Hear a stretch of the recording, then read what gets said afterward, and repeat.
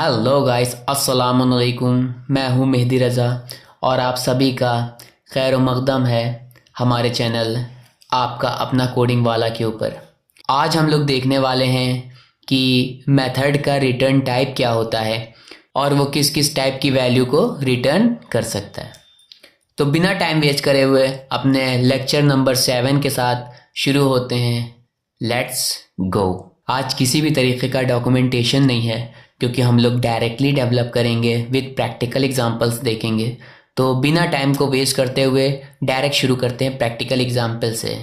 Okay, सो सबसे पहले हम एक मेथड क्रिएट कर लेते हैं। इसके अंदर पब्लिक वॉइड टेस्ट। ऑलराइट, तो ये एक मेथड क्रिएट किया हमने वॉइड टाइप का टेस्ट मेथड। अब हम यहाँ पे मेन क्लास बनाते हैं। अब इस टेस्ट मेथड को कॉल करने के लिए हमको ऑब्जेक्ट क्रिएट करना पड़ेगा।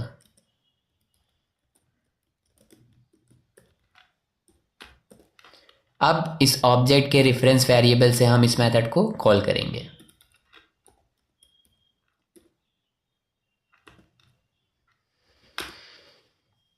ऑलराइट, अब देखते हैं कि किस किस टाइप के मेथड होते हैं हमारे पास और कितने टाइप के हम लोग मेथड को रिटर्न टाइप दे सकते हैं। ऑलराइट, तो हम दो तरीके के मेथड क्रिएट कर सकते हैं। एक वो मेथड जो कुछ भी रिटर्न नहीं करते हैं और दूसरे वो मेथड जो किसी वैल्यू को रिटर्न कराते हैं।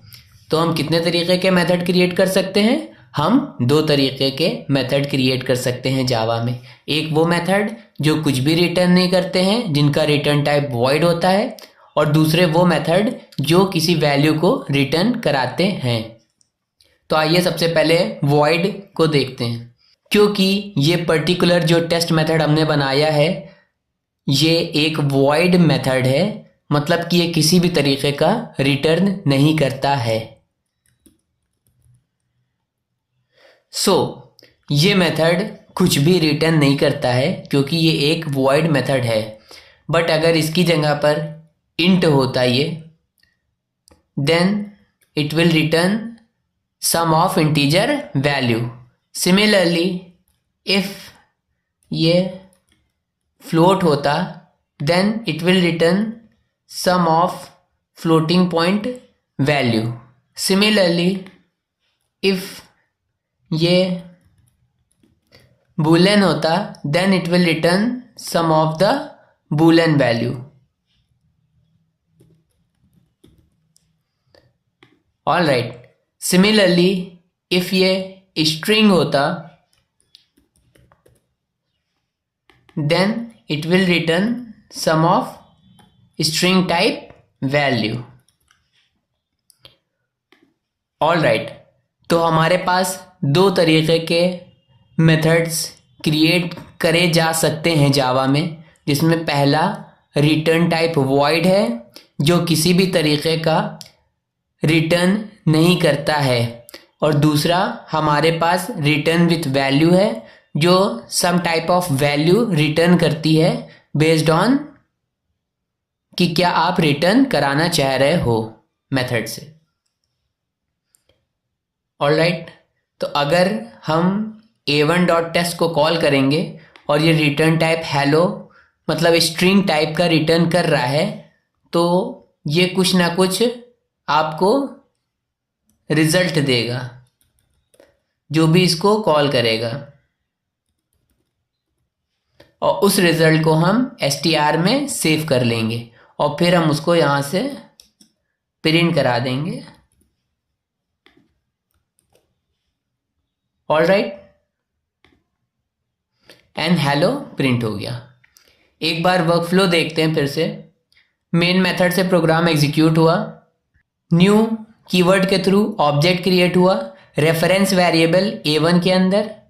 देन क्या हुआ, टेस्ट मेथड कॉल हुआ, टेस्ट मेथड पे प्रोग्राम गया, एग्जीक्यूट हुआ हमारा return what, hello. Return hello हुआ, वैल्यू है स्ट्रिंग टाइप की, तो जो कॉलिंग मेथड होगा उस पे वैल्यू रिटर्न हो जाएगी।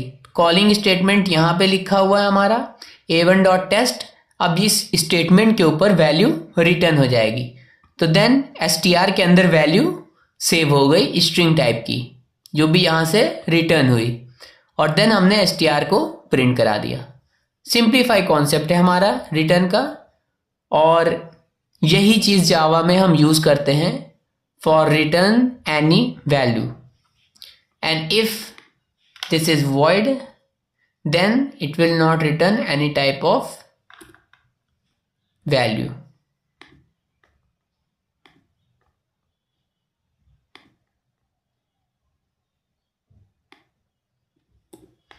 Because that's not returning any type of value, so we will not use any of return variable for storing the particular value. That's why we have to remove the string over here. तो क्योंकि ये किसी भी तरीके की value को return नहीं कर रहा है, इस वजह से हमें यहाँ से स्ट्रिंग को हटाना पड़ा।